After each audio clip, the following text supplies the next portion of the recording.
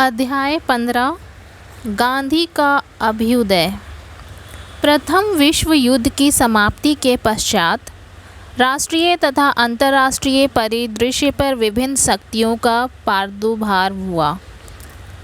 युद्धोपरांत भारत में राष्ट्रवादी गतिविधियां पुनः प्रारंभ हो गईं, लेकिन एशिया एवं अफ्रीका के अन्य उपनिवेश भी युद्ध के प्रभाव से अछूते नहीं रहे और इन उपनिवेशों में भी साम्राज्यवाद विरोधी शक्तियां सर उठाने लगीं।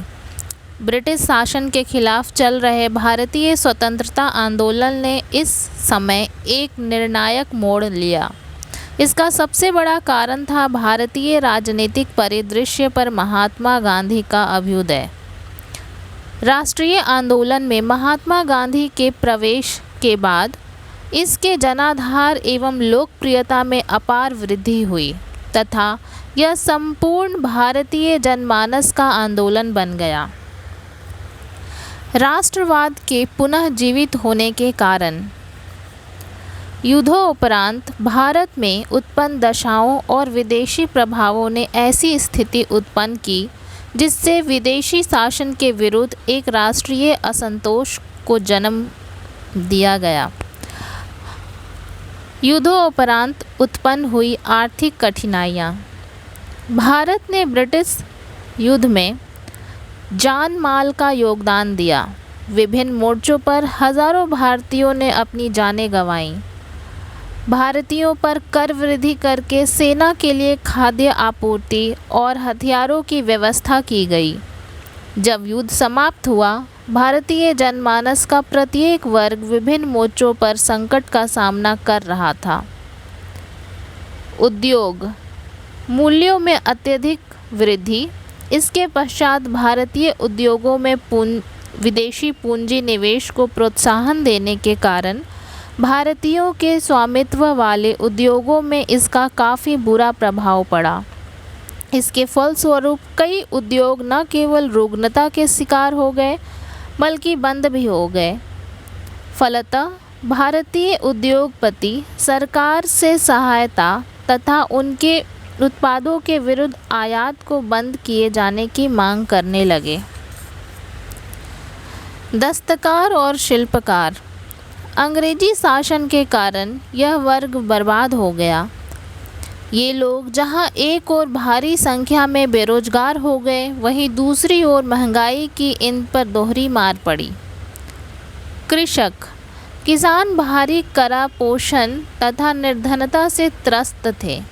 ये किसी ऐसे अवसर की प्रतीक्षा में थे जिसमें वे अपने विरोध स्वर को मुखरित कर सकें। सैनिक विदेशों में नियुक्त भारतीय सैनिक युद्ध के पश्चात जब वापस आए तो उन्होंने अपने युद्ध के अनुभवों को भारतीय लोगों को सुनाया तथा उन्हें साम्राज्यवाद का विरोध करने के लिए प्रोत्साहित किया। अपने देश वापस लौटने पर वे इस बात से आश्चर्यचकित थे कि वे आर्थिक रूप से नष्ट हो चुके हैं और उनकी स्वतंत्रता में पहले से अधिक कमी आई है। शिक्षित शहरी वर्ग।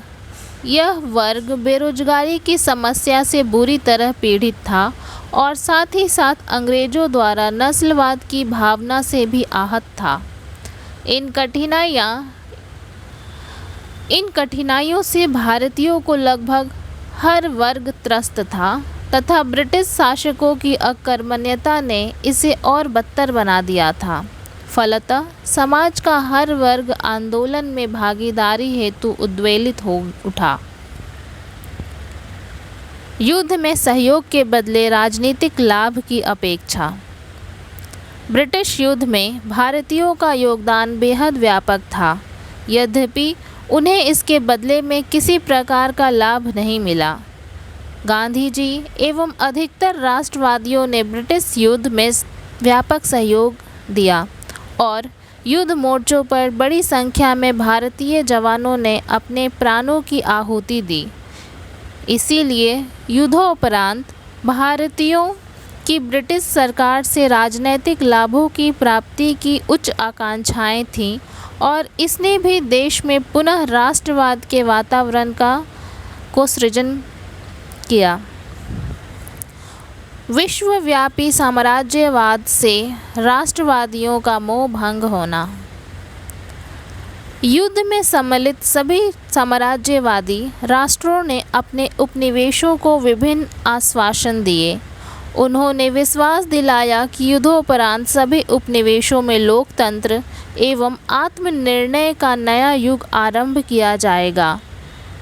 युद्ध में सम्मिलित दोनों पक्षों ने एक दूसरे को कलंकित करने का भरपूर प्रयास किया तथा एक दूसरे के अत्याचारी, अमानवीय कार्यों तथा उपनिवेशवादी तथा शोषणात्मक ब्यूरो को सार्वजनिक किया। किंतु शीघ्र ही पेरिस शांति सम्मेलन तथा कुछ अन्य तत्कालिक शांति सम्मेलनों से साम्राज्यवादियों की यह मंशा स्पष्ट हो गई कि वे अपने उपनिवेशों में अपनी पकड़ ढीली नहीं करना चाहते। इन सम्मेलनों में वे विजित उपनिवेशों को बांटने में जुट गए। युद्ध में अंग्रेजों की सांस्कृतिक तथा सैन्य श्रेष्ठता का मिथक टूट गया। इन सभी के परिणाम स्वरूप युद्धोपरांत एशिया तथा अफ्रीका के विभिन्न देशों यथा तुर्की, मिस्र, Iran, Afghanistan, Burma, Malaya, Philippines, Indonesia, Hind, चीन तथा कोरिया इत्यादि में उग्र राष्ट्रवादी गतिविधियां आरंभ हो गईं। रूसी क्रांति का प्रभाव।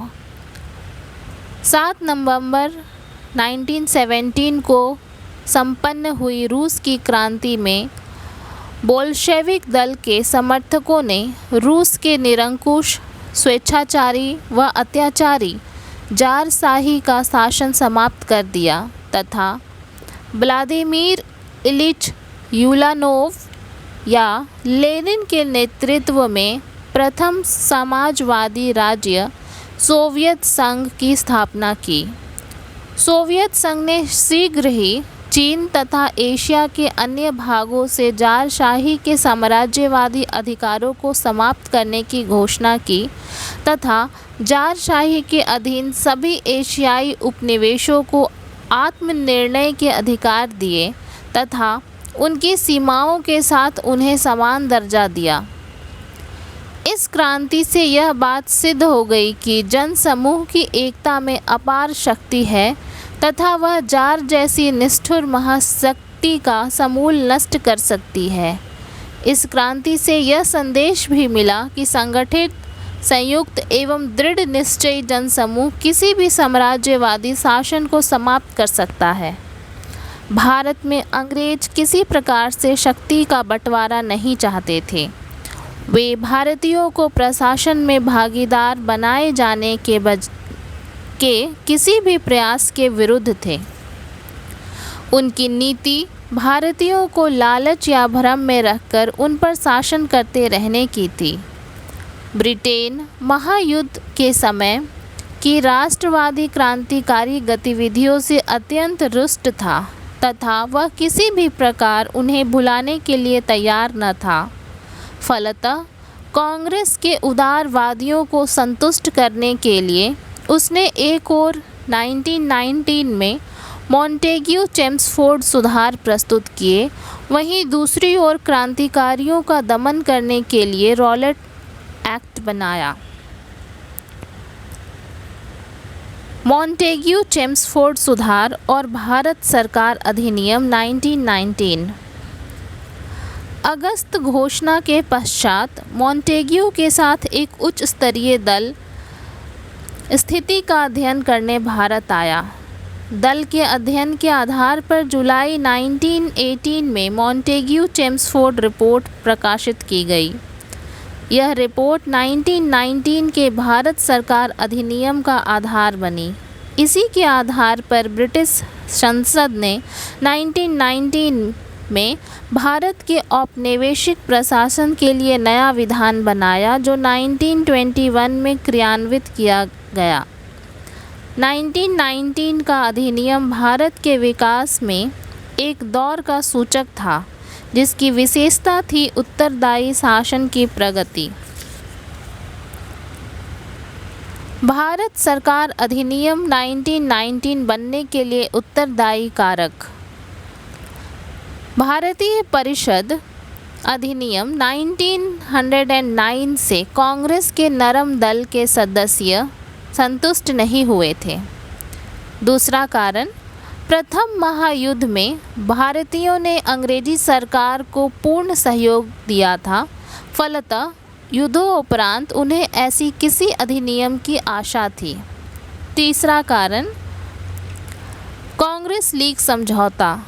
चौथा कारण, भारतीयों द्वारा स्वशासन की तीव्र मांग। पांचवा कारण, लॉर्ड मॉन्टेग्यू जैसे उदार व्यक्ति का भारत सचिव पद पर नियुक्त होना इत्यादि। इस अधिनियम के पारित होने के समय मॉन्टेग्यू भारत सचिव तथा चेम्सफोर्ड वायसराय थे। इसीलिए इस अधिनियम को मॉन्टेग्यू चेम्सफोर्ड सुधार या मॉन्टफोर्ड सुधार भी कहते हैं। मॉन्टेग्यू चेम्सफोर्ड सुधार की मुख्य विशेषताएं। मॉन्टेग्यू चेम्सफोर्ड सुधार की मुख्य धाराएं इस प्रकार थी। पहला, प्रांतीय सरकार, द्वैध शासन प्रणाली की शुरुआत, कार्यपालिका। इसकी प्रमुख बिंदुएं इस प्रकार हैं। पहला, द्वैध शासन प्रणाली वर्ष 1919 के अधिनियम की सबसे मुख्य विशेषता थी। प्रांतों में उत्तरदायी सरकार की स्थापना के लिए द्वैध शासन व्यवस्था की शुरुआत हुई। इस प्रणाली के जन्मदाता सर न्योलिन कॉटिश थे, जिन्होंने सर भूपेंद्र नाथ बसु के लिए एक सत्र में इस व्यवस्था का स्पष्टीकरण किया था। इस व्यवस्था को लॉर्ड मॉन्टेग्यू तथा चेम्सफोर्ड ने अपने कर प्रांतीय सरकारों में पूर्ण स्थान दिया। इस प्रणाली के आधार पर प्रांतीय कार्यकारिणी परिषद को दो भागों में विभक्त किया गया। पहला भाग में गवर्नर तथा उसकी कार्यकारिणी के सदस्य थे तथा दूसरे भाग में गवर्नर तथा उनके मंत्रीगण थे।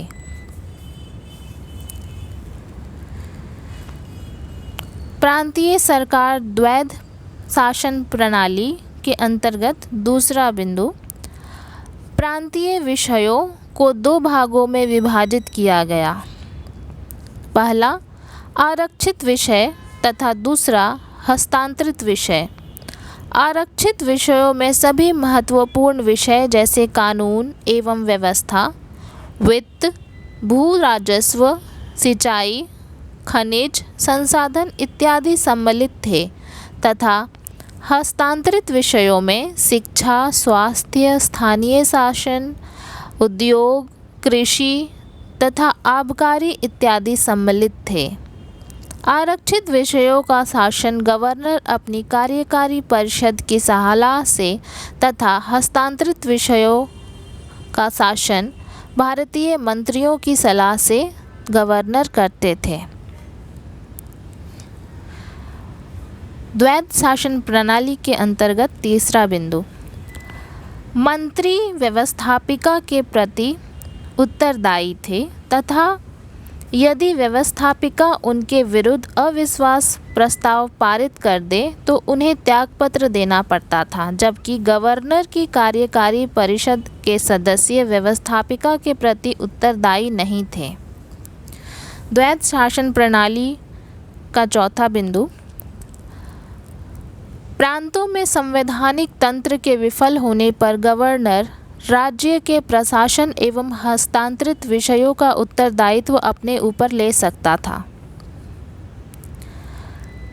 द्वैध शासन प्रणाली का पांचवा बिंदु, भारत सचिव तथा गवर्नर जनरल आवश्यकता पड़ने पर आरक्षित विषयों में हस्तक्षेप कर सकते थे, परंतु हस्तांतरित विषयों में उन्हें हस्तक्षेप करने की शक्ति नहीं थी।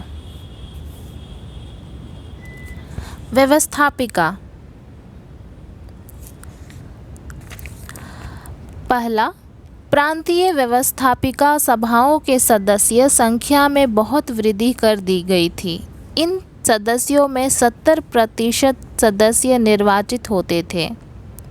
दूसरा, मताधिकार में वृद्धि कर दी गई तथा सांप्रदायिकता निर्वाचन पद्धति का और ज़्यादा विस्तार कर दिया गया। तीसरा, महिलाओं को भी वोट देने का अधिकार प्रदान किया गया। चौथा, प्रांतीय व्यवस्थापिका सभाएं किसी भी प्रस्ताव को प्रस्तुत कर सकती थीं, किंतु उसे पारित होने के लिए गवर्नर की सहमति अनिवार्य थी। गवर्नर को प्रस्तावों को अस्वीकार करने तथा अध्यादेश जारी करने का अधिकार था।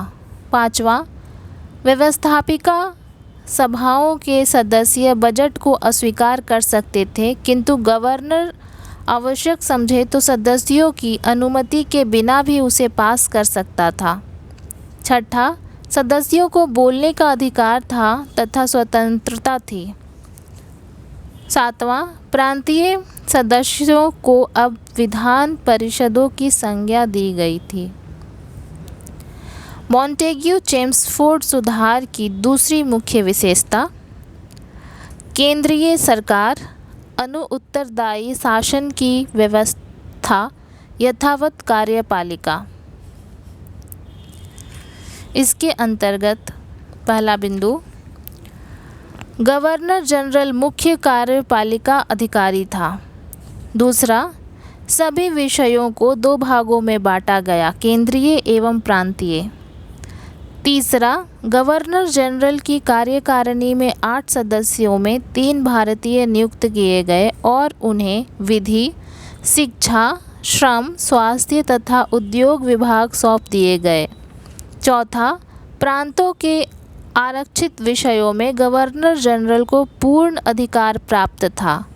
पाँचवा, गवर्नर जनरल की मांगों पर कटौती का अधिकार था, साथ ही वह केंद्रीय व्यवस्थापिका द्वारा अस्वीकार किए गए प्रस्तावों को पारित कर अध्यादेश जारी कर सकता था।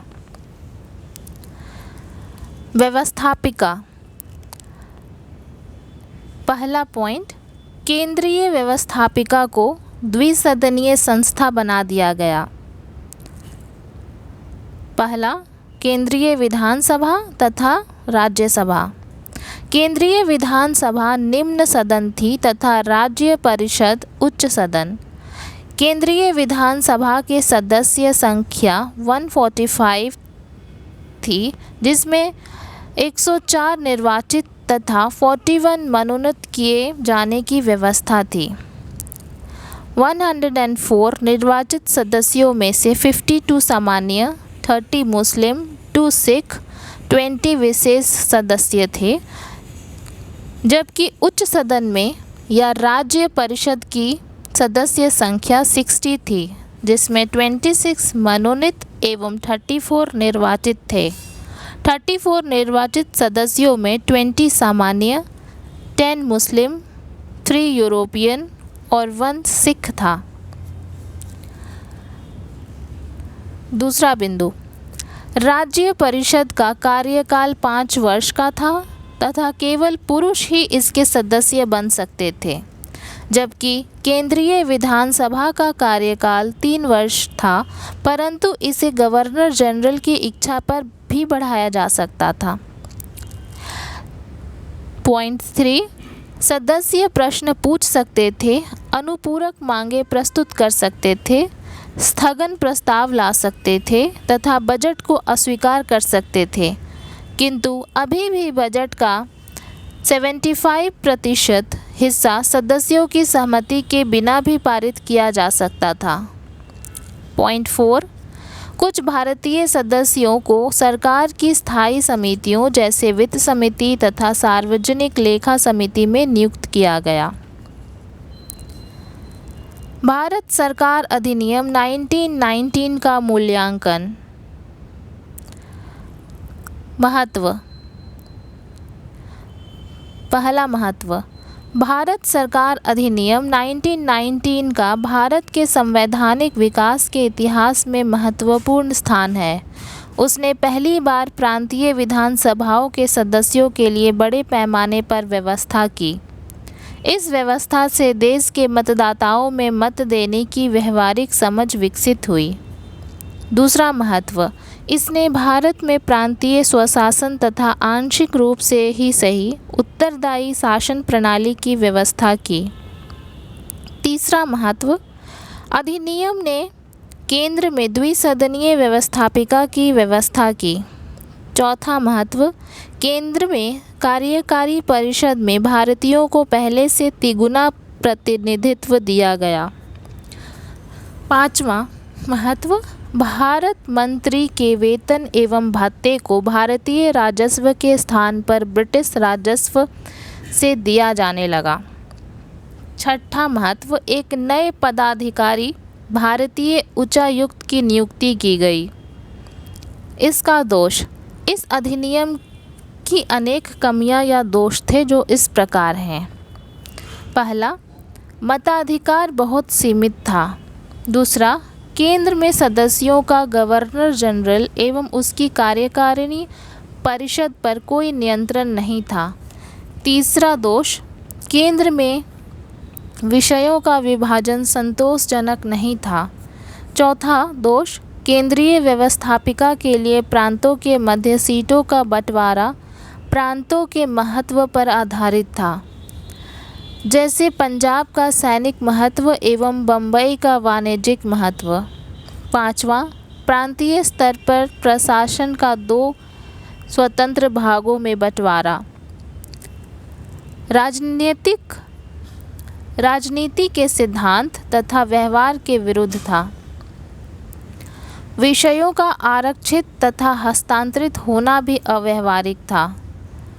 छठा दोष, प्रांतीय मंत्रियों का वित्त एवं नौकरशाही पर कोई नियंत्रण नहीं था। इससे कालांतर में दोनों के मध्य टकराव बढ़ गए। नौकरशाही मंत्रियों की अवहेलना भी करता था तथा महत्वपूर्ण विषयों पर मंत्रियों से मंत्रणा नहीं की जाती थी। यथार्थ में मंत्रियों पर गवर्नर का पूर्ण नियंत्रण था। सातवां दोष, संयुक्त उत्तरदायित्व का पूर्ण अभाव था। अधिनियम के संबंध में कांग्रेस की प्रतिक्रिया।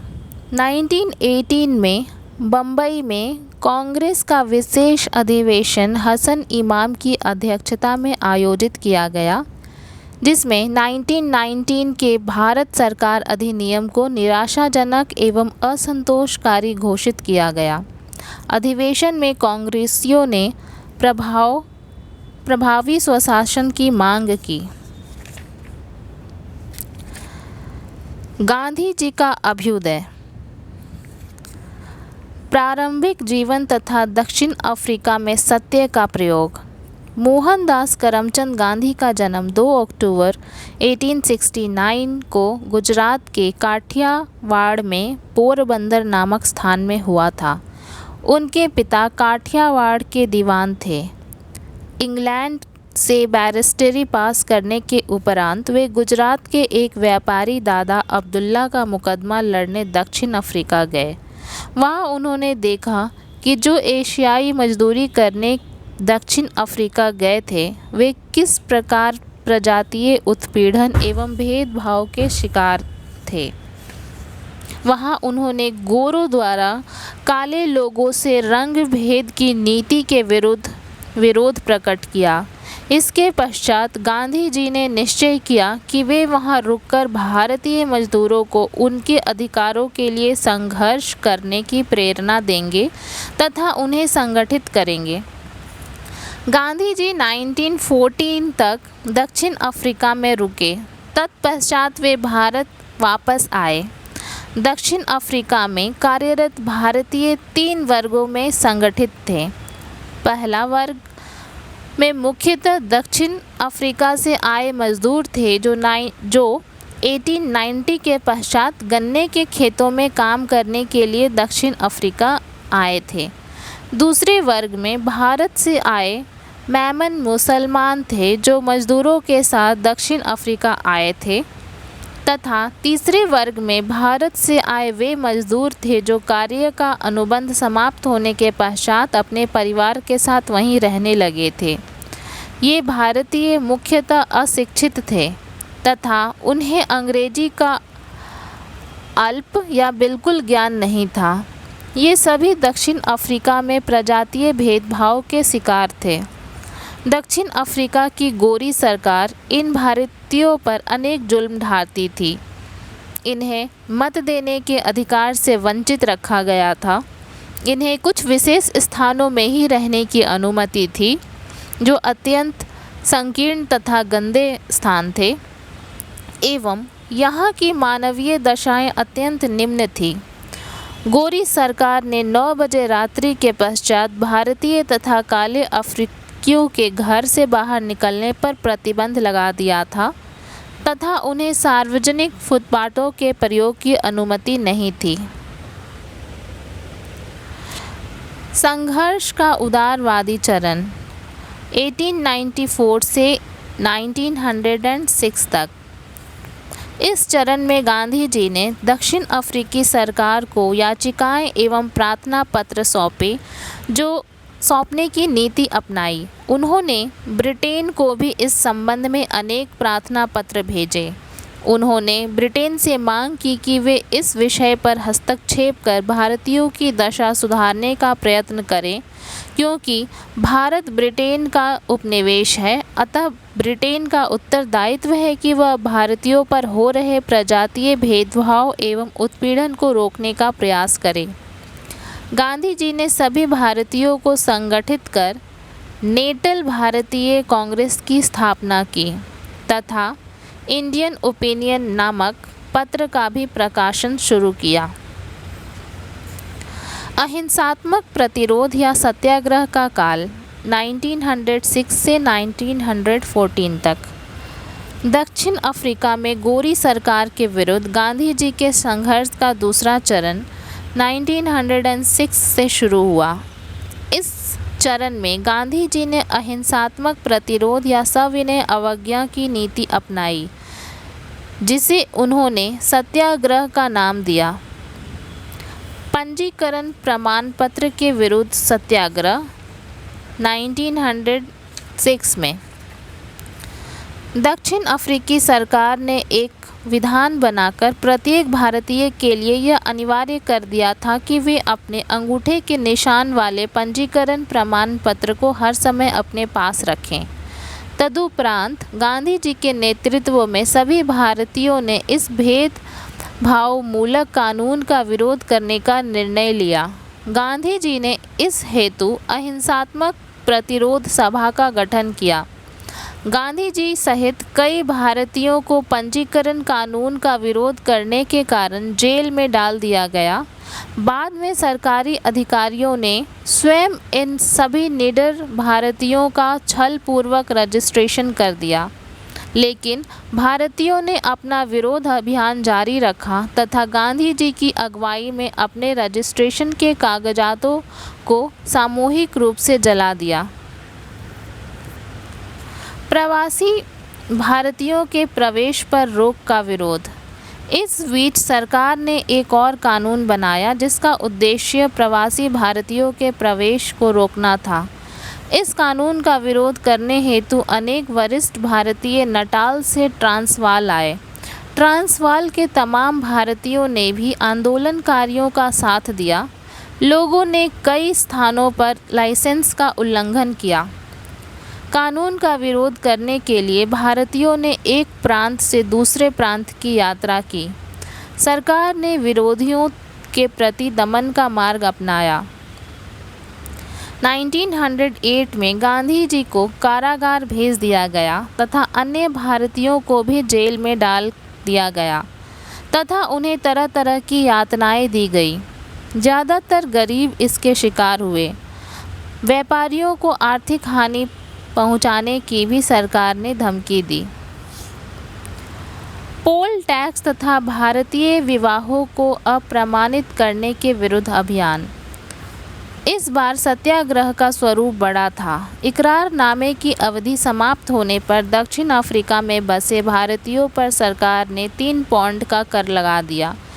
इससे के खिलाफ तीव्र सत्याग्रह छिड़ गया। भारतीयों में ज़्यादातर गरीब मजदूर थे जिनकी मासिक आमदनी 3 शिलिंग से भी कम थी।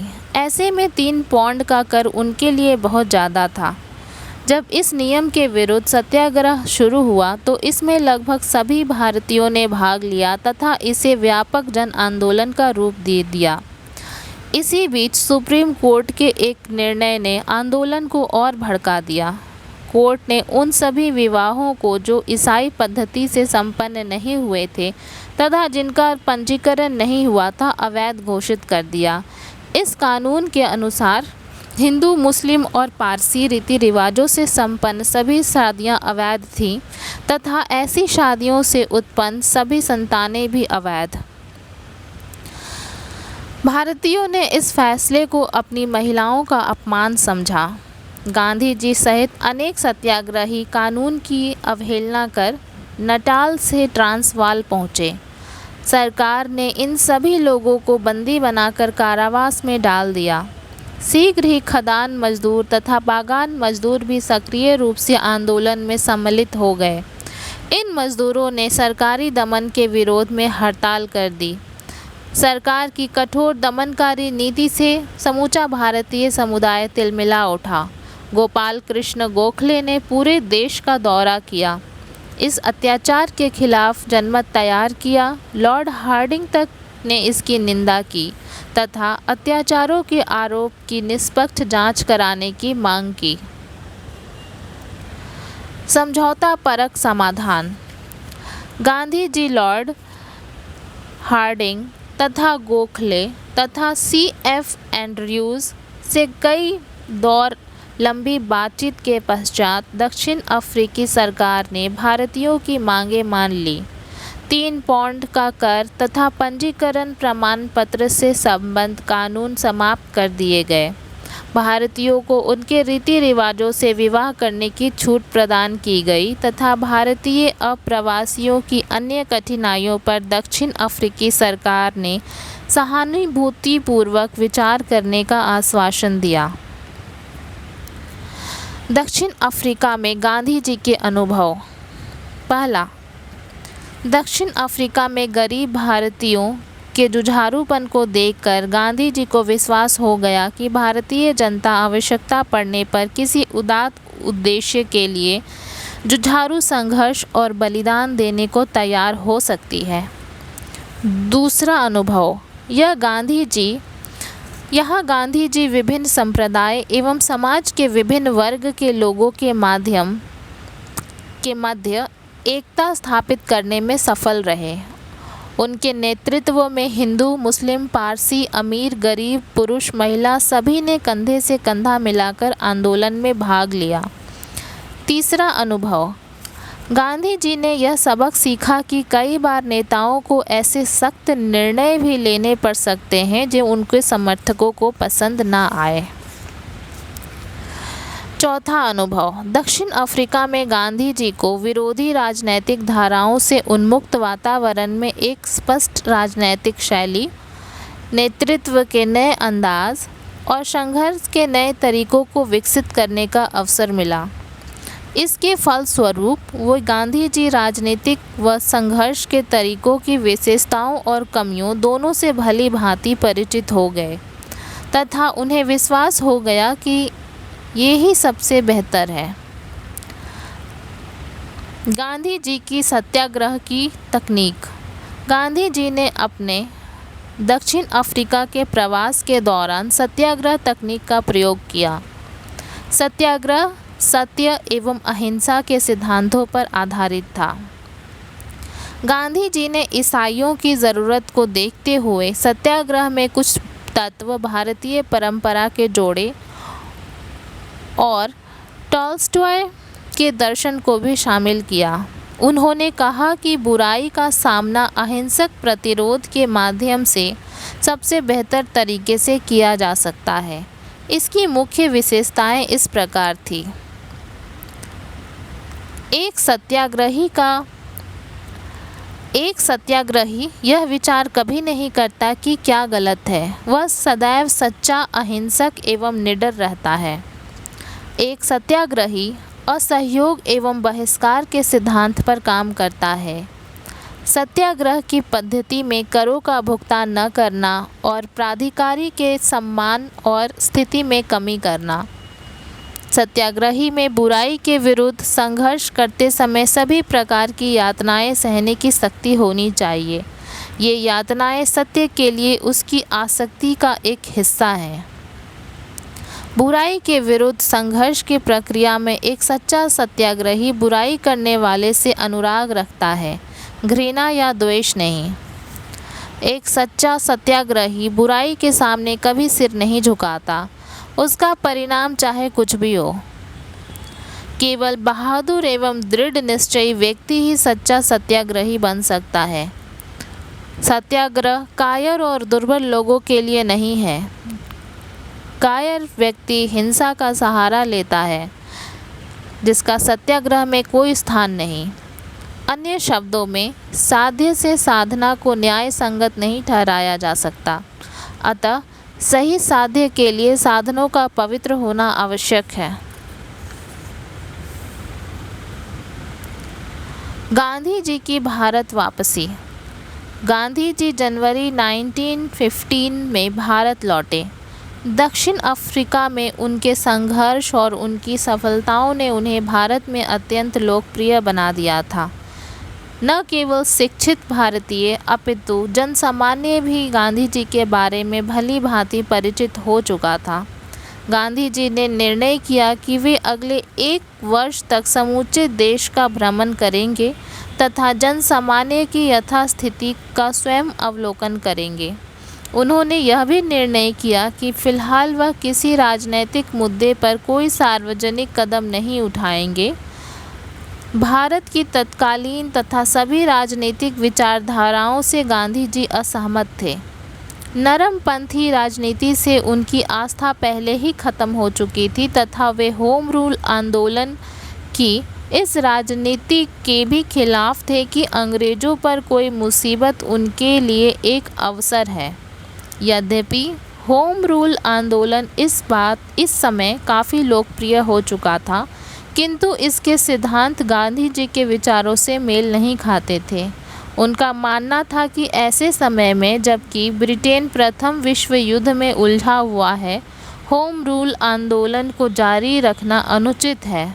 उन्होंने तर्क दिया कि इन परिस्थितियों में राष्ट्रवादी लक्ष्यों को प्राप्त करने का सर्वोत्तम मार्ग है अहिंसक सत्याग्रह। उन्होंने स्पष्ट शब्दों में घोषित किया कि जब तक कोई राजनैतिक संगठन सत्याग्रह के मार्ग को नहीं अपनाएगा, तब तक वे ऐसे किसी भी संगठन से संबद्ध नहीं हो सकते। रॉलेट एक्ट प्रारंभ करने से पहले 1917 और 1918 के आरंभ में गांधी जी ने 3 संघर्षों, चंपारण आंदोलन जो बिहार में हुआ तथा अहमदाबाद और खेड़ा आंदोलन जो गुजरात में हुआ, इन सत्याग्रहों में हिस्सा लिया। ये तीनों ही आंदोलन स्थानीय आर्थिक मांगों से संबंधित थे। इसमें अहमदाबाद का आंदोलन औद्योगिक मजदूरों का आंदोलन था तथा चंपारण और खेड़ा किसान आंदोलन थे। चंपारण सत्याग्रह 1917। प्रथम सविनय अवज्ञा। चंपारण का मामला काफ़ी पुराना था। 19वीं शताब्दी के प्रारंभ में गोरे बागान मालिकों ने किसानों से एक अनुबंध करा लिया था, जिसके अंतर्गत किसानों को अपनी भूमि के 3/20वें हिस्से में नील की खेती करना अनिवार्य था। यह व्यवस्था 3 कठिया पद्धति के नाम से जानी जाती है।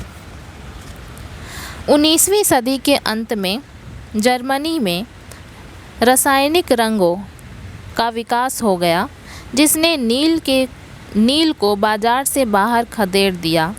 इसके कारण चंपारण के बागान मालिक नील की खेती बंद करने को विवश हो गए।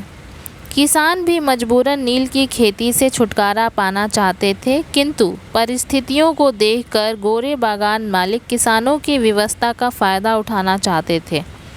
उन्होंने दूसरी फसलों को उन्होंने दूसरी फसलों की खेती करने के लिए किसानों को अनुबंध से मुक्त करने के एवज में लगान व अन्य करों की दरों में अत्यधिक वृद्धि कर दी। इसके अतिरिक्त उन्होंने अपने द्वारा तय की गई दरों पर किसानों को अपने उत्पाद बेचने के लिए बाध्य किया। चंपारण से जुड़े एक प्रमुख आंदोलनकारी राजकुमार शुक्ल ने गांधी जी को चंपारण बुलाने का फैसला किया। फलतः गांधी जी, राजेंद्र प्रसाद, बृज किशोर, मजहर उल हक, महादेव देसाई, नरहरि पारिख तथा जे.बी. कृपलानी के सहयोग से मामले की जांच करने चंपारण पहुंचे। गांधी जी के चंपारण पहुंचते ही अधिकारियों ने उन्हें तुरंत चंपारण से चले जाने का आदेश दिया, किंतु गांधी जी इस आदेश को मानने से इनकार कर दिया तथा किसी भी प्रकार के दंड को भुगतने का फैसला किया। सरकार के इस अनुचित आदेश के विरुद्ध गांधी जी द्वारा अहिंसात्मक प्रतिरोध तथा सत्याग्रह का यह मार्ग चुनना विरोध का सर्वोत्तम तरीका था। गांधी जी की दृढ़ता के सम्मुख सरकार विवश हो गई, अतः उसने स्थानीय प्रशासन को अपना आदेश वापस लेने तथा गांधी जी को चंपारण के गांवों में जाने की छूट देने का निर्देश दिया। इस बीच सरकार ने सारे मामले की जांच करने के लिए एक आयोग का गठन किया तथा गांधी जी को भी इसका सदस्य बनाया गया। गांधी जी आयोग को यह समझाने में सफल रहे कि तिनकठिया पद्धति समाप्त होनी चाहिए। उन्होंने आयोग को यह भी समझाया कि किसानों से पैसा अवैध रूप से वसूला गया है, उसके लिए किसानों को हर्जाना दिया जाए। बाद में एक और समझौते के पश्चात गोरे बागान मालिक अवैध वसूली का 25% हिस्सा किसानों को लौटाने पर राज़ी हो गए। इसके एक दशक के भीतर ही बागान मालिकों ने चंपारण छोड़ दिया। इस प्रकार गांधी जी ने भारत में सविनय अवज्ञा आंदोलन का प्रथम युद्ध सफलतापूर्वक जीत लिया। चंपारण सत्याग्रह से संबंधित अनेक लोकप्रिय नेताओं में अनुग्रह नारायण सिन्हा, रामनवी प्रसाद एवं शंभू शरण वर्मा शामिल थे। अहमदाबाद मिल हड़ताल 1918 प्रथम भूख हड़ताल। चंपारण के पश्चात गांधी जी ने मार्च 1918 में अहमदाबाद मिल हड़ताल के मुद्दे पर हस्तक्षेप किया। यहाँ मिल मालिकों और मजदूरों में प्लेग बोनस को लेकर विवाद छिड़ा था। गांधी जी ने मजदूरों को हड़ताल पर जाने तथा 50% के स्थान पर 35% बोनस की मांग करने को कहा, जबकि मिल मालिक मजदूरों को केवल 20% बोनस देने के लिए राजी थे। गांधी जी ने मजदूरों को सलाह दी कि वे शांतिपूर्ण एवं अहिंसात्मक ढंग से अपनी हड़ताल जारी रखें। गांधी जी ने मजदूरों के समर्थन में भूख हड़ताल प्रारंभ करने का फैसला किया। अम्बालाल साराभाई की बहन अनसुईया बेन ने इस संघर्ष में गांधी जी को सक्रिय योगदान किया। इस अवसर पर उन्होंने एक दैनिक समाचार पत्र का भी प्रकाशन किया। गांधी जी के अनशन पर बैठने के फैसले से मजदूरों के उत्साह में वृद्धि हुई तथा उनका संघर्ष तेज हो गया। मजबूर होकर मिल मालिक समझौता करने को तैयार हो गए तथा मामले को एक ट्रिब्यूनल को सौंप दिया। जिस मुद्दे को लेकर हड़ताल प्रारंभ हुई थी, ट्रिब्यूनल के फैसले से वह समाप्त हो गया। ट्रिब्यूनल ने मजदूरों के पक्ष में निर्णय देते हुए मिल मालिकों को 35% बोनस मजदूरों को भुगतान करने का फैसला सुनाया। गांधी जी की यह दूसरी प्रमुख विजय थी। खेड़ा सत्याग्रह 1918 प्रथम असहयोग। वर्ष 1918 के भीषण दुर्भिक्ष के कारण गुजरात के खेड़ा जिले में पूरी फसल बर्बाद हो गई। फिर भी सरकार ने किसानों से माल गुजारी वसूल करने की प्रक्रिया जारी रखी। राजस्व संहिता के अनुसार यदि फसल का उत्पादन कुल उत्पादन के 1/4 से भी कम हो तो किसानों को राजस्व पूरी तरह से माफ़ कर दिया जाना चाहिए, किंतु सरकार ने किसानों का राजस्व माफ़ करने से मना कर दिया। गुजरात सभा, जिसमें किसान शामिल थे, गुजरात सभा ने 1919 के राजस्व वर्ष के मूल्यांकन को लागू न करने की प्रार्थना के लिए प्रांत के सर्वोच्च शासकीय प्राधिकारियों के सम्मुख याचिका रखी। सरकार कठोर बनी रही और सरकार ने कहा कि यदि करों का भुगतान न किया गया तो किसानों की संपत्ति जब्त कर ली जाएगी। फलस्वरूप गांधी जी ने किसानों को राजस्व अदा न करने तथा सरकार के दमनकारी कानून के खिलाफ संघर्ष करने की प्रेरणा दी। खेड़ा जिले के युवा अधिवक्ता वल्लभ भाई पटेल, इंदुलाल याज्ञिक तथा कई अन्य युवाओं ने गांधी जी के साथ खेड़ा के गांवों का दौरा आरंभ किया। इन्होंने किसानों को लगान न अदा करने की शपथ दिलवाई। गांधी जी ने घोषणा की कि यदि सरकार गरीब किसानों का लगान माफ़ कर दे तो लगान देने में सक्षम किसान स्वेच्छा से अपना लगान अदा कर देंगे। दूसरी ओर सरकार ने लगान वसूलने के लिए दमन का सहारा लिया। कई स्थानों पर किसानों की संपत्ति कुर्क कर ली गई तथा उनके मवेशियों को जब्त कर लिया। अंततः सरकार ने किसानों के साथ एक समझौता किया। उसे 1 वर्ष के लिए माफ़ कर दिया गया और आगामी वर्षों में करों की दर में कमी की गई तथा किसानों की जब्त संपत्ति को लौटा दिया गया। खेड़ा आंदोलन ने किसानों के बीच एक नवीन जागरूकता का संचार किया। किसान जागरूक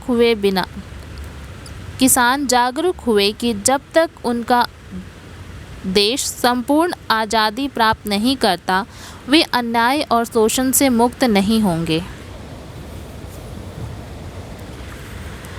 चंपारण, अहमदाबाद तथा खेड़ा में गांधी जी की उपलब्धियाँ। पहली उपलब्धि, चंपारण, अहमदाबाद तथा खेड़ा आंदोलन ने गांधी जी को संघर्ष के गांधीवादी तरीके सत्याग्रह को आजमाने का अवसर दिया। दूसरा, गांधी जी को देश की जनता के करीब आने तथा उनकी समस्याएं समझने का अवसर मिला। तीसरा, गांधी जी जनता की ताकत तथा कमजोरियों से परिचित हुए तथा उन्हें अपनी रणनीति का मूल्यांकन करने का अवसर मिला। चौथा, इन आंदोलनों में गांधी जी को समाज के विभिन्न वर्गों, विशेषकर युवा पीढ़ी का भरपूर समर्थन मिला। भारतीयों के मध्य उनकी विशिष्ट पहचान कायम हो गई। रॉलेट एक्ट, सत्याग्रह और जलियांवाला बाग जनसंहार। रॉलेट एक्ट 1919 का वर्ष भारत के लिए अत्यंत सोच एवं असंतोष का वर्ष था। देश में फैल रही राष्ट्रीयता की भावना तथा क्रांतिकारी गतिविधियों को कुचलने के लिए ब्रिटेन को पुनः शक्ति की आवश्यकता थी, क्योंकि भारत के रक्षा अधिनियम की शक्ति समाप्त प्राय थी। इस संदर्भ में सरकार ने सर सिडनी रॉलेट की नियुक्ति की, जिन्हें इस बात की जांच करनी थी कि भारत में क्रांतिकारी गतिविधियों के माध्यम से सरकार के विरुद्ध षड्यंत्र करने वाले लोग कहां तक फैले हैं और उनसे निपटने के लिए किस प्रकार के कानूनों की आवश्यकता है। इस संबंध में सर सिडनी रॉलेट की समिति ने जो सिफारिशें की उन्हें ही रॉलेट अधिनियम या रॉलेट एक्ट के नाम से जाना जाता है। इस एक्ट के अंतर्गत एक विशेष न्यायालय की स्थापना की गई थी, जिसमें उच्च न्यायालय के 3 वकील थे। यह न्यायालय ऐसे साक्ष्यों को मान्य कर सकता था जो विधि के अंतर्गत मान्य नहीं थे। इसके निर्णय के विरुद्ध कहीं भी अपील नहीं की जा सकती थी। न्यायालय द्वारा बनाए गए नियम के अनुसार प्रांतीय सरकारों को बिना वारंट के तलाशी, गिरफ्तारी, बंदी प्रत्यक्षीकरण के अधिकार को रद्द करने आदि की असाधारण शक्तियां दे दी गई। युद्ध काल में तो यह विधेयक उचित माना जा सकता था, किंतु शांति काल में यह पूर्णतः अनुचित था। भारतवासियों ने इस विधेयक को काला कानून कहा तथा इसके विरुद्ध तीव्र प्रतिक्रिया व्यक्त की। रॉलेट एक्ट के विरुद्ध सत्याग्रह। प्रथम जन आंदोलन। प्रथम युद्ध की समाप्ति पर जब भारतीय जनता संवैधानिक सुधारों का इंतजार कर रही थी, ब्रिटिश सरकार ने दमनकारी रॉलेट एक्ट को जनता के सम्मुख पेश कर दिया। इससे भारतीयों ने अपना घोर अपमान समझा। अपने पूर्ववर्ती अभियानों से अदम्य व साहसी हो चुके गांधी जी ने फरवरी 1919 में प्रस्तावित रॉलेट एक्ट के विरुद्ध देशव्यापी आंदोलन का आह्वान किया, किंतु संवैधानिक प्रतिरोध का जब सरकार पर कोई असर नहीं हुआ तो गांधी जी ने सत्याग्रह प्रारंभ करने का निर्णय किया। एक सत्याग्रह सभा गठित की गई तथा होम रूल लीग के युवा सदस्यों से संपर्क कर अंग्रेजी हुकूमत के विरुद्ध संघर्ष करने का निर्णय हुआ। प्रचार कार्य आरंभ हो गया। राष्ट्रव्यापी हड़ताल, उपवास तथा प्रार्थना सभाओं के आयोजन का फैसला किया गया। इसके साथ ही कुछ प्रमुख कानूनों की अवज्ञा तथा गिरफ्तारी देने की योजना भी बनाई गई। आंदोलन के इस मोड़ के लिए कई कारण थे जो निम्न हैं। पहला कारण, जन सामान्य को आंदोलन के लिए एक स्पष्ट दिशा निर्देश प्राप्त हुआ। अब वे अपनी समस्याओं की केवल मौखिक अभिव्यक्ति के स्थान पर प्रत्यक्ष कार्रवाई कर सकते थे। दूसरा, इसके कारण किसान, शिल्पकार और शहरी निर्धन वर्ग सक्रियता से आंदोलन से जुड़ गए। उनकी यह सक्रियता आगे के आंदोलनों में भी बनी रही। तीसरा, राष्ट्रीय स्वतंत्रता संघर्ष स्थायी रूप से जनसामान्य से संबंधित हो गया। गांधी जी ने स्पष्ट किया कि अनशन की प्रासंगिकता तभी है जब सभी भारतीय जागृत हो, सक्रियता से राजनीतिक प्रक्रिया में सहभागी बने। यह वीडियो आपको दिया जा रहा है definiteis.com की ओर से। अगर आप घर बैठे IAS या स्टेट सिविल सर्विसेज की तैयारी कर रहे हैं तो आप हमारे YouTube चैनल को ज़रूर सब्सक्राइब करें और हमारे वेबसाइट definiteis.com पर ज़रूर विज़िट करें। सत्याग्रह 6 अप्रैल 1919 को शुरू किया गया, किंतु तारीख की गलतफहमी के कारण सत्याग्रह प्रारंभ होने से पहले ही आंदोलन ने हिंसक स्वरूप धारण कर लिया। कलकत्ता, बम्बई, दिल्ली, अहमदाबाद इत्यादि स्थानों में बड़े पैमाने पर हिंसा हुई तथा अंग्रेज विरोधी प्रदर्शन आयोजित किए गए। प्रथम विश्व युद्ध के दौरान सरकारी दमन, बलपूर्वक नियुक्तियों तथा अन्य कारणों से त्रस्त जनता ने पंजाब में हिंसात्मक प्रतिरोध शुरू कर दिया तथा परिस्थिति अत्यंत विस्फोटक हो गई। अमृतसर और लाहौर में तो स्थिति पर नियंत्रण पाना मुश्किल हो गया। मजबूर होकर सरकार को सेना का सहारा लेना पड़ा। गांधी जी ने पंजाब जाकर स्थिति को संभालने का प्रयास किया, किंतु उन्हें बम्बई भेज दिया गया। तत्पश्चात 13 अप्रैल 1919 को अंग्रेजी सरकार का वह बर्बर और घिनौना रूप सामने आया जिसने भारतीय स्वतंत्रता आंदोलन के इतिहास में एक रक्त रंजित धब्बा लगा दिया। जलियांवाला बाग हत्याकांड 13 अप्रैल 1919 अमृतसर हिंसा में सर्वाधिक प्रभावित हुआ। शुरू में प्रदर्शनकारियों ने किसी प्रकार की हिंसा नहीं की।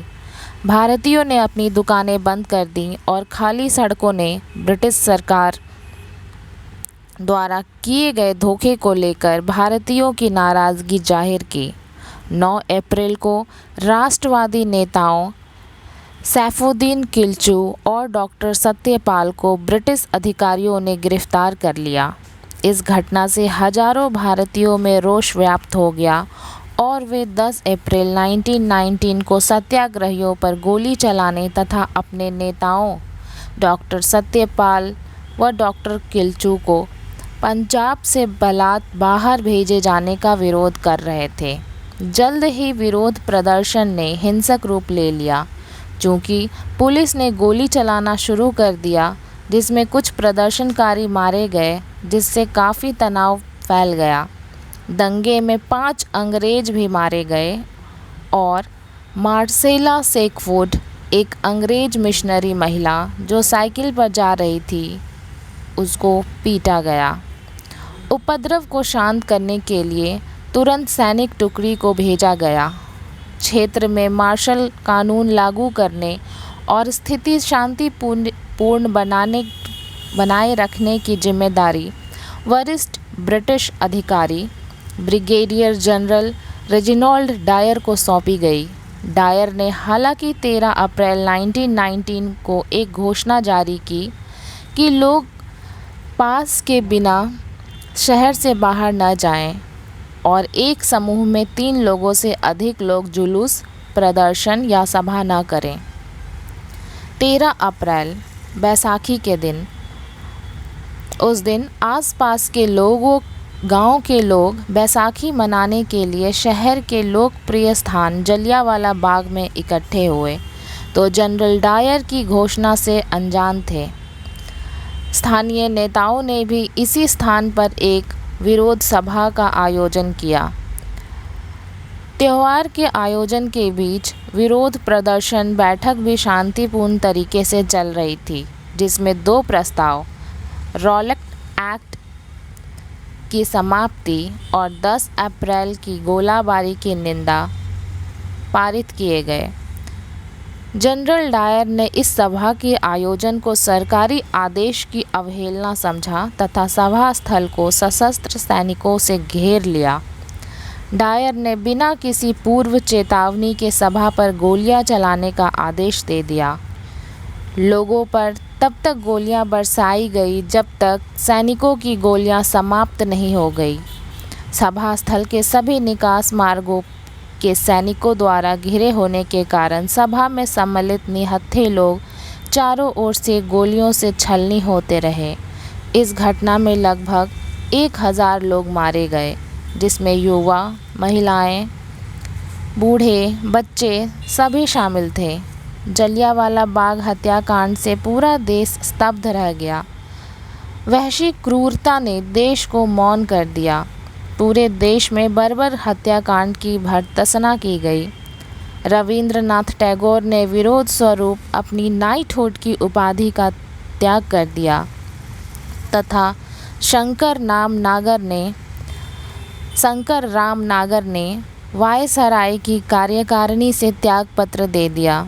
अनेक स्थानों पर सत्याग्रहियों ने अहिंसा का मार्ग त्याग कर हिंसा का मार्ग अपनाया, जिससे 18 अप्रैल 1919 को गांधी जी ने अपना सत्याग्रह की समाप्ति की घोषणा कर दिया, क्योंकि उनके सत्याग्रह में हिंसा का कोई स्थान नहीं था।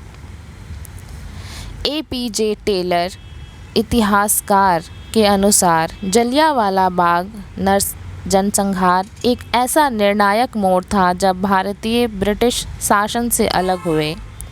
1919 की घटना ने पंजाब की प्रतिरोध या विरोध प्रदर्शन की राजनीति को आकार प्रदान किया।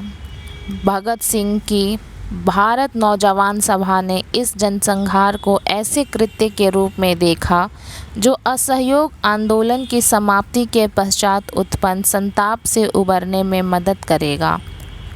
उधम सिंह, जिन्होंने अपना नाम राम मोहम्मद सिंह आज़ाद रखा, उन्होंने lieutenant governor Michael O'Dwyer, जिसने पंजाब में 1919 के विरोध प्रदर्शन के विभत्स रूप के कुचलने का संचालन किया था, उनकी हत्या कर दी, जिसके लिए उन्हें वर्ष 1940 में फांसी की सज़ा दी गई। वर्ष 1974 में उनकी अस्थियों को भारत लाया गया। हंटर आयोग।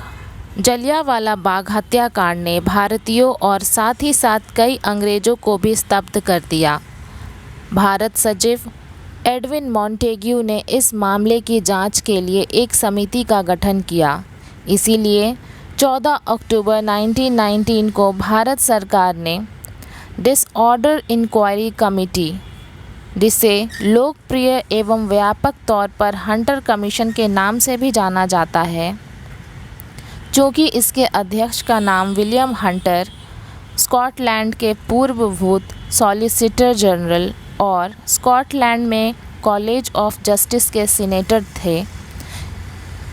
इस आयोग का उद्देश्य बॉम्बे, दिल्ली, पंजाब में हुए उपद्रवों के कारणों की जांच करना और उनसे निपटने के उपाय सुझाना था। हंटर आयोग में सदस्य के तौर पर 3 भारतीय, सर चिमनलाल हरिलाल सीतलवाड़ा, बॉम्बे विश्वविद्यालय के उपकुलपति और बॉम्बे उच्च न्यायालय के अधिवक्ता पंडित जगत नारायण, संयुक्त प्रांत के विधायी परिषद के सदस्य और अधिवक्ता, और सरदार साहिबजादा सुल्तान अहमद खान, ग्वालियर राज्य के अधिवक्ता शामिल थे। यह वीडियो आपको definiteis.com की तरफ से दिया जा रहा है। 29 अक्टूबर 1919 को दिल्ली में बैठक के पश्चात आयोग ने दिल्ली, अहमदाबाद, बॉम्बे और लाहौर से बुलाए गए गवाहों के बयान दर्ज किए गए। नवंबर 1919 में आयोग लाहौर पहुंचा और अमृतसर की घटना के मुख्य गवाहों के बयानों की जांच की। डायर को आयोग के सम्मुख उपस्थित होने को कहा गया। उसे विश्वास था कि जो कुछ भी उसने किया केवल उसका वह काम था। डायर ने बयान दिया कि उसकी इच्छा पूरे पंजाब से आतंक खत्म करने की थी और ऐसा करने में विद्रोहियों के मनोबल में कमी आई। डायर ने यह कहने में अपनी शान समझी कि ऐसा हो सकता था कि वह बिना गोली चलाए भीड़ को तितर बितर कर सकता था, लेकिन वे फिर से आते और हमारा मजाक बनाते, और ऐसा करके वह स्वयं को मूर्ख नहीं बनाना चाहता था। उसने यह भी कहा कि उसने गोली बरसाने के बाद घायलों को उपचार के लिए ले जाने का प्रयास नहीं किया, जैसा कि वह नहीं मानता कि यह उसका काम था।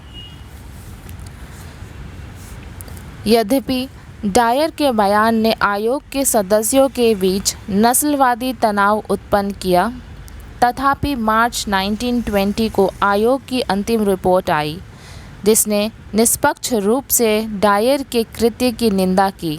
रिपोर्ट ने कहा कि बाग में भीड़ को हटाने की कार्रवाई न करना एक भूल थी। लंबी अवधि तक गोली चलाना एक भारी भूल थी। डायर के पर्याप्त नैतिक प्रभाव को प्रस्तुत करने के प्रयास की निंदा की गई। डायर ने अपने प्राधिकार से बाहर जाकर कार्य किया। जलियांवाला बाग में ब्रिटिश शासन को उखाड़ फेंकने का षड्यंत्र नहीं चल रहा था। आयोग के भारतीय सदस्यों ने रिपोर्ट में बताया कि जनसभाएं करने को प्रतिबंधित करने संबंधी घोषणा को पर्याप्त रूप से प्रकाशित नहीं किया गया।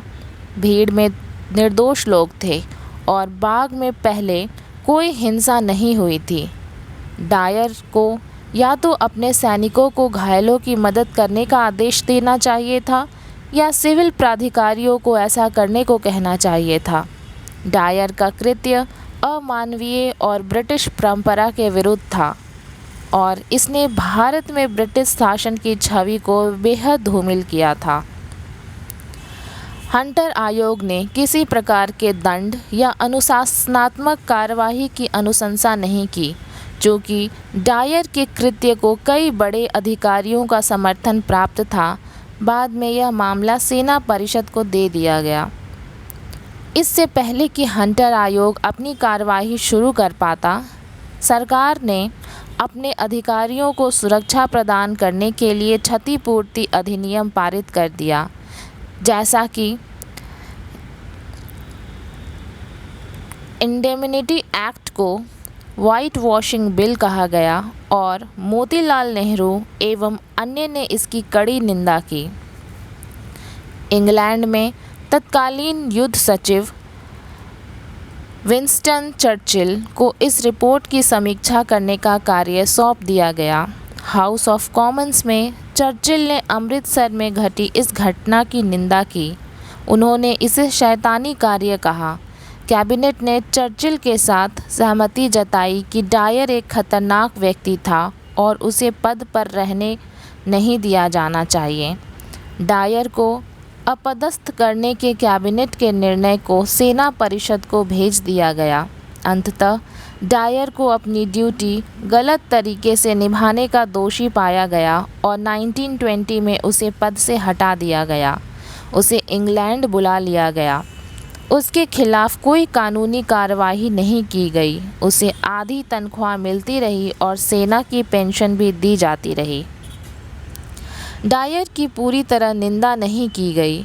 हाउस ऑफ लॉर्ड्स ने डायर का पक्ष लिया और उसके समर्थन में एक प्रस्ताव पारित किया और मॉर्निंग पोस्ट समाचार पत्र ने बताया कि डायर के लिए 26,000 पाउंड की राशि जुटाई गई और इस फंड में सबसे बड़ा योगदान रूडयार्ड किपलिंग ने किया। कांग्रेस का दृष्टिकोण। भारतीय राष्ट्रीय कांग्रेस ने अपने एक गैर सरकारी समिति को गठित किया जिसमें मोतीलाल नेहरू, CR दास, अब्बास तैयब जी, MR जयकर और गांधी जी शामिल थे। कांग्रेस ने इस घटना को लेकर अपना मत रखा। इसने डायर के अमानवीय कृत्य की निंदा की और कहा कि पंजाब में सैनिक शासन यानी मार्शल लॉ लाना किसी भी प्रकार से न्याय संगत नहीं था। यह वीडियो आपको दिया जा रहा है डेफिनेट IAS की तरफ से। अगर आप IAS की तैयारी कर रहे हैं तो आप हमारे YouTube चैनल को सब्सक्राइब कर सकते हैं और हमारे वेबसाइट definiteias.com पर विज़िट कर सकते हैं। Thank you.